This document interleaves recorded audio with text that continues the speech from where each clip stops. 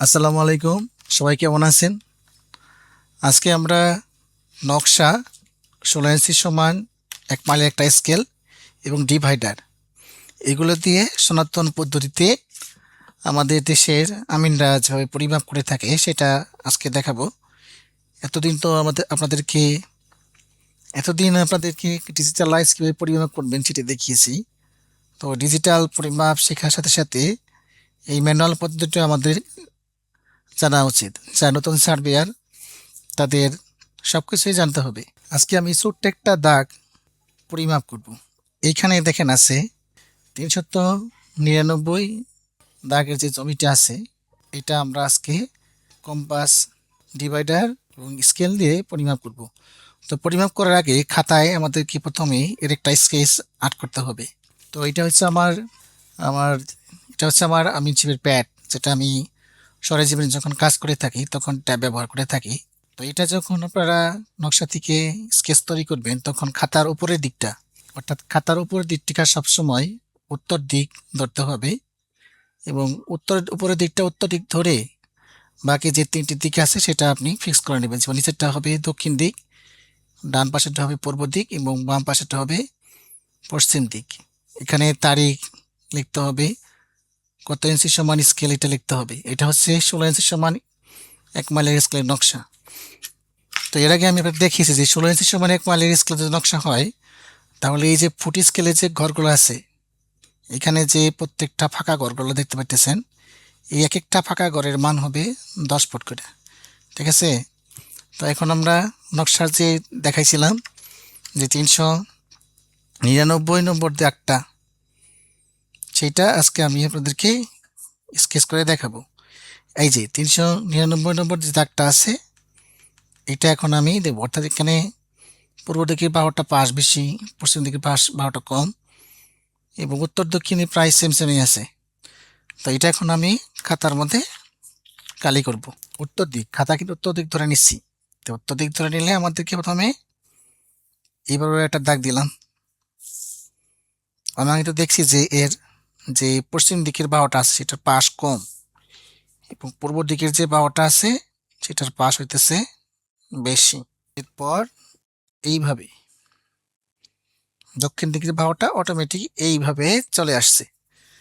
তো এখন এটা দেখেন, এটা কিন্তু আমার একটা অনিয়মিত চতুর্ভুজে পড়ে গেছে, কারণ এটার উত্তর দিকের বাহুর তুলনায় দক্ষিণ দিকের বাহুটা বেশি এবং পশ্চিম দিকের বাহুর তুলনায় পূর্ব দিকের বাহুর পাশটা একটু বেশি। কাজে এটা একটা অনিয়মিত চতুর্ভুজ। তো অনিয়মিত চতুর্ভুজে আমরা যখন জমির পরিমাণ বের করি তখন আমাদের ডায়াগনাল বা কর্ণের মানটা নিতে হবে। এটা সমকোণী ত্রিভুজ দিয়েও করা যায়, তবে এখানে কর্ণের মান নিয়ে অর্থাৎ হ্যারন্সে নিয়েই আমাদের করলে বেশি ভালো হবে, কারণ অ্যাকুরেসিটা ভালো হবে। কারণ অনেক সময় দেখা যায় যে জমির যে কোণাগুলো আছে সেগুলা অ্যাকুরেসি 90 ডিগ্রি হয় না, কাজে আমাদের হ্যারন্সে এটাকে প্রয়োগ করতে হয়। আচ্ছা, তাহলে এখন আমি নকশায় চলে যাব। নকশায় থেকে আমি ডিভাইডার বসায়া এখানে আমি আবার স্কেলে চলে যাব। তাহলে 399 দেখেন, এখানে আমি 399 দাগটা আছে, এই যে এখানে 399 নম্বর যে দাগটা আছে এখানে আমি ডিভাইডারটা বসাইলাম। এইভাবে সোজা করে ধরবেন, ঠিক আছে? তো এইভাবে সোজা করে ধরলে আপনি সঠিক মেজারমেন্ট এখানে পাবেন। তাহলে আমি এখানে ধরলাম, ধরার পর এখন আমি চলে যাব স্কেলে। এটা এখন আইতেছে এখানে 150 অর্থাৎ 160 গড়, ঠিক আছে? তো এটা 160 গড়েই পড়ছে। সোজা করে দিলে একটু বেশি এসেছে, 161 ফুট। এটা এখন আমি ধরতে পারি 161 ফুট। তাহলে আমার যে দক্ষিণ দিকের বাহুটা ছিল এটা হচ্ছে আমার 161 ফিট। এরপর আমরা 399 পশ্চিম দিকের বাহুর মানটা নেব, একদম খাড়া করে। এভাবে খাড়া করে ধরবেন যাতে করে ডিভাইডারটা নড়াচড়া কম করে, ঠিক আছে?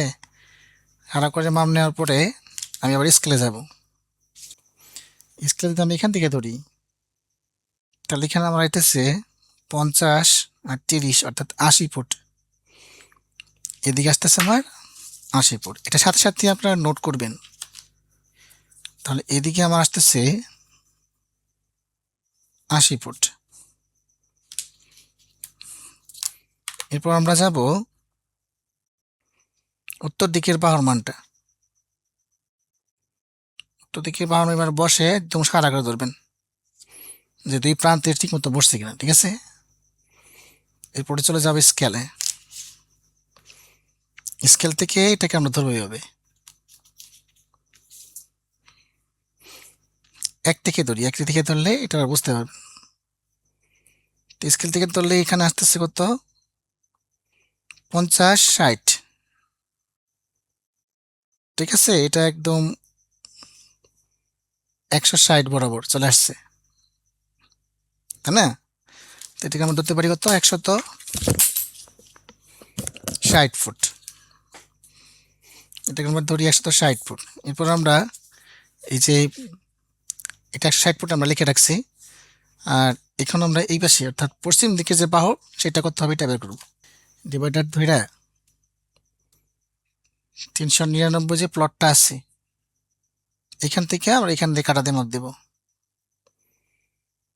একদম সোজা করে ধরবো। ধরার পর আমরা আবার যাবো স্কেলে। স্কেলে আমরা এই মাঝখান থেকে ধরলেও হবে, আপনারা যত কাজ করতে তত এক্সপার্ট হবেন তত বেশি ভালো হবে। এটা সাধারণত 90 ফুট, ঠিক আছে।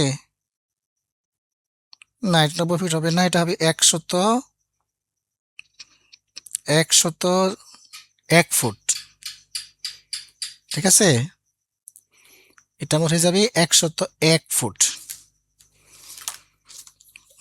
তাহলে আমরা নোট করবো, সাথে সাথে নোট করব এই যে মানটা আছে, এই মানটা আমার হচ্ছে 101 ফুট। এখানে যে ডায়াগোনাল আছে না, এই ডায়াগোনালটার মানটা নেব। তো এটার জন্য আমরা করণে যাব 399 যে প্লটটা আছে এই প্লটটা আমরা আবার এখানে চলে যাবো, একটু জুম করে নেই। তাহলে আমাদের এখন ডায়াগোনালের মাপ নিতে হবে। তো ডায়াগোনালের মাপ নেওয়ার জন্য এখান থেকে একবার এই কোণাকুনি পর্যন্ত আমাদের ডিভাইডারটা বসাতে হবে, ঠিক আছে।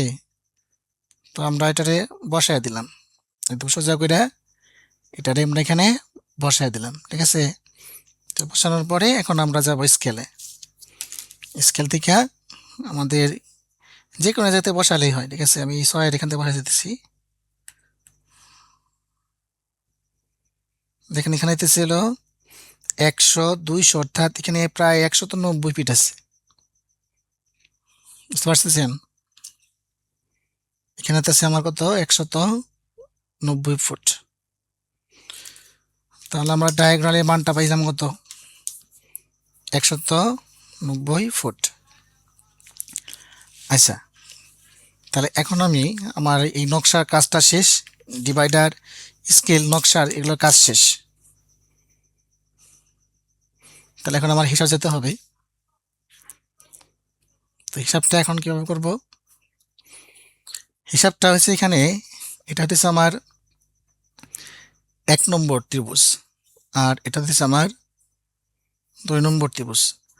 তাহলে 1 এবং 2 নম্বর ত্রিভুজের মোট এরিয়াটা কত। তো এইটা বের করার জন্য আমাদের এখন যেতে হবে ক্যালকুলেটরে। আমাদের এখানে একটা ক্যালকুলেটর আছে, সেই ক্যালকুলেটরে আমাদের মানটা নিতে হবে। এখানে উত্তর বাহু হচ্ছে 160, এরপর আমাদের যেতে হবে দক্ষিণ বাহু। দক্ষিণ বাহুটা হচ্ছে 161। পশ্চিম বাহু আমার এখানে আছে কত, 80 ফুট।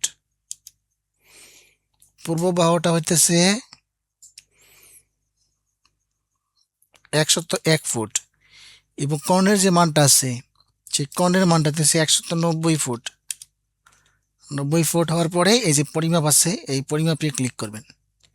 ক্লিক করলে এখানে পেয়ে যাবেন হচ্ছে মোট বর্গফুট হতেছে 14,499। তো এই 1 নং আর এই 2 নং ত্রিভুজ মিলা আমার এখানে মোট এরিয়াটা হইতেছে 14,449.98 বর্গফুট। তাহলে এখানে কত শতক জমি আছে সেটা বের করার জন্য আমাদেরকে ভাগ দিতে হবে 435.6 দ্বারা। ভাগ দিলে আমরা প্রায় 33.17 শতক।